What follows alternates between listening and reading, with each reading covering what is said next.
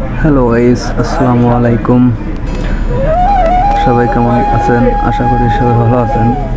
তো এর আগের একটা ভিডিওতে আমার করলা ক্ষেতের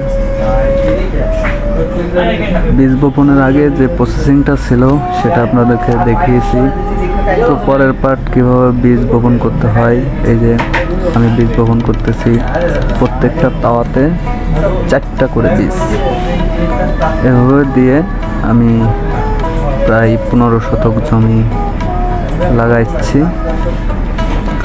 তো আশা করি সবাই কৃষিকাজ করবেন, কৃষিকাজের উপর নির্ভরশীল থাকবেন, দেখবেন দেশ খুব এগিয়ে গেছে।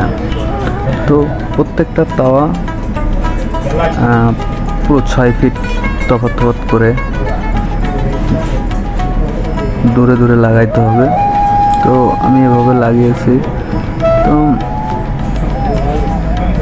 আপনারা যদি কেউ করতে ইচ্ছুক হন, করবেন ইনশাল্লাহ।